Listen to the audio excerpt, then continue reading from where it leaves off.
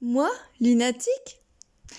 Bonjour, je m'appelle Angélique et je suis passionnée de développement personnel et aujourd'hui dans ce podcast, vous l'aurez peut-être compris, nous allons parler de gestion d'émotions. Alors il n'est pas bon de réagir à chaud, on dit et on fait des choses qui ne nous ressemblent pas, qui ne sont pas constructives et qui blessent la personne visée. De plus, lorsque l'on revient au calme, on est parfois injustement traité de personnes lunatiques. Alors comment faire pour gérer ses émotions? Alors spontanément, la première réaction sera de vouloir faire plaisir lorsqu'on est dans une émotion d'amour, d'être triste lorsqu'on est dans une émotion de culpabilité, de déception ou bien d'exploser lorsque nous sommes en colère. Nos émotions sont là pour nous indiquer un inconfort. En sachant cela, la première erreur serait de rester dans l'émotion. Pour certaines personnes, ça peut durer toute une vie, mener à de la rancœur ou de la dépression. J'ai parfois entendu « je ne changerai pas, je suis comme ça, j'ai raison ». Vous connaissez sûrement le vieil adage « pour celui qui ne change jamais d'avis ». Changer d'avis est plutôt un signe d'intelligence. Si une personne qui vous incrimine change d'avis sur ses erreurs, c'est parce qu'elle a eu l'intelligence de prendre du recul sur ses émotions et d'analyser l'endroit où elle a été touchée.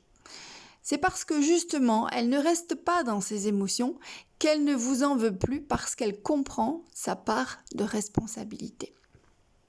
Cela s'appelle savoir se remettre en question. Pour cela, il est probable que pour certaines personnes, il va falloir faire un travail également sur son propre ego. Cela demande beaucoup d'humilité.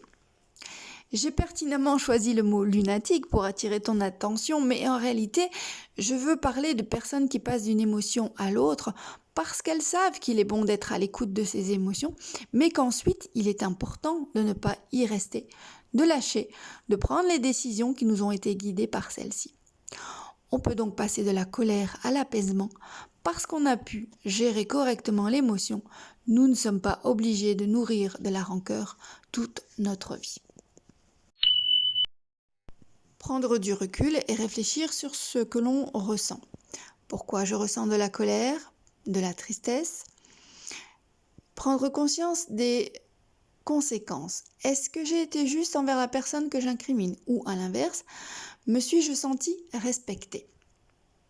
Lorsque c'est trop difficile de le faire objectivement, vous pouvez demander de l'aide à une amie qui vous connaît bien, à un mentor, à un coach.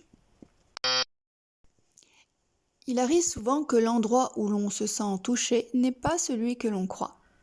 C'est comme si vous aviez une blessure que vous cachez à l'aide d'un pansement. Personne ne peut la voir. Mais quelqu'un va vous dire quelque chose qui va toucher cette blessure. Bien entendu, après que vous auriez pris du recul, vous saurez que ce n'est pas cette personne qui vous a blessé, mais que sans le faire exprès, elle a touché là un point sensible chez vous. Et de ce fait, l'émotion, l'inconfort surgit. Par exemple, on vous donne un conseil que vous suivez spontanément. Vous donnez votre confiance sans réfléchir aux conséquences, car c'est votre naturel spontané. Ensuite, ça se passe mal. Et vous vous mettez en colère sur le conseilleur. Est-il juste envers cette personne si ça se passe mal? Ce n'est qu'un avis dont vous aviez le choix de suivre ou non.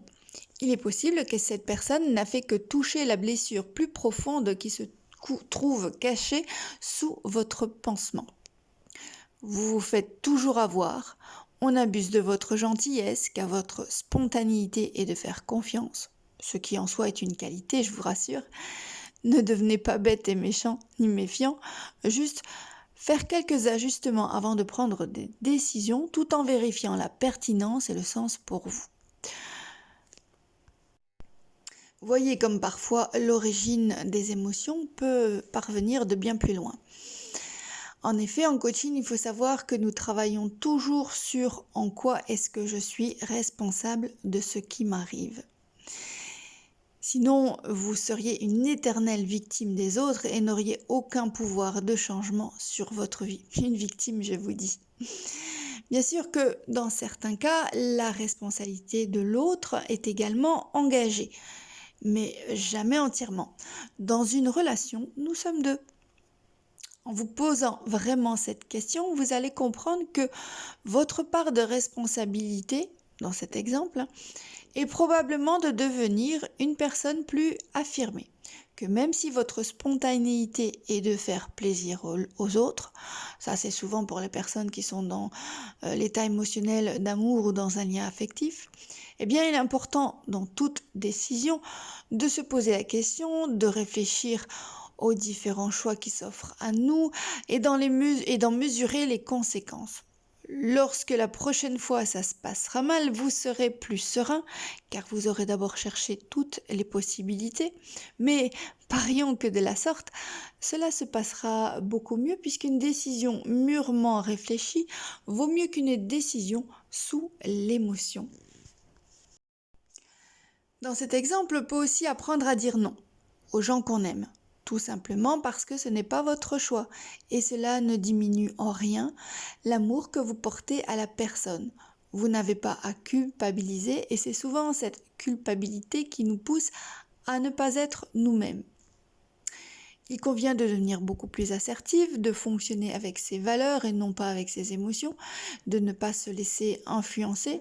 Un avis est toujours bon à prendre, ça nous aide à prendre des décisions, mais prenez les décisions qui sont purement votre choix, qui ont du sens pour vous et qui vous respectent. Cultiver l'estime de soi est également une piste. Et en cas de colère, n'oubliez surtout pas de vous excuser auprès de ceux que vous avez considérés comme vos bourreaux.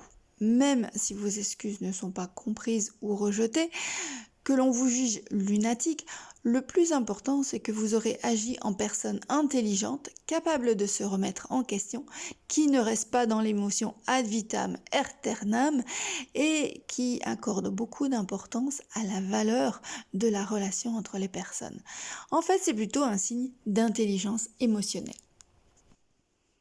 Et puis, si vous avez affaire à des personnes toxiques, le cycle de la vie fera le tri pour vous. Ceux qui ne vous acceptent pas tel que vous êtes, avec vos faiblesses, sont souvent ceux qui veulent obtenir quelque chose de vous et vous culpabiliseront. Et puis, vous savez ce que j'en dis, de ce que l'on pense de moi? J'en ai strictement rien à faire, à partir du moment où j'ai agi avec ma conscience. Lorsque vous serez une personne affirmée, qui prend ses décisions en âme et conscience, qui ne se laisse pas manipuler par les jeux psychologiques des émotions, eh bien il est fort à parier que vous n'intéresserez plus ce type de personnage toxique. A contrario, les personnes qui ont le même QE, c'est-à-dire le quotient émotionnel, qui permet cette réflexion sur soi, visant à s'améliorer, à améliorer ses relations, eh bien, ces personnes continueront à vous apprécier, à vous aimer tel que vous êtes, embrasseront vos faiblesses, vous aideront à évoluer, à progresser. C'est ça de l'amour inconditionnel, sans jugement ni critique, avec bienveillance et respect. Pour être tenu au courant dès qu'un outil de développement personnel est mis à ta disposition, abonne-toi bien sûr. Pour soutenir ma chaîne et faire grimper les algorithmes, pense à liker. Tous ces outils, ces sources d'informations, fais-en profiter le plus grand nombre en partageant. Je te remercie de contribuer à cette chaîne qui a pour but d'embellir la vie, de devenir une personne plus consciente et épanouie. Bien entendu, ces podcasts ne se substituent pas à une véritable séance de développement personnel individuel et surtout personnalisé. À très bientôt et coachement vôtre!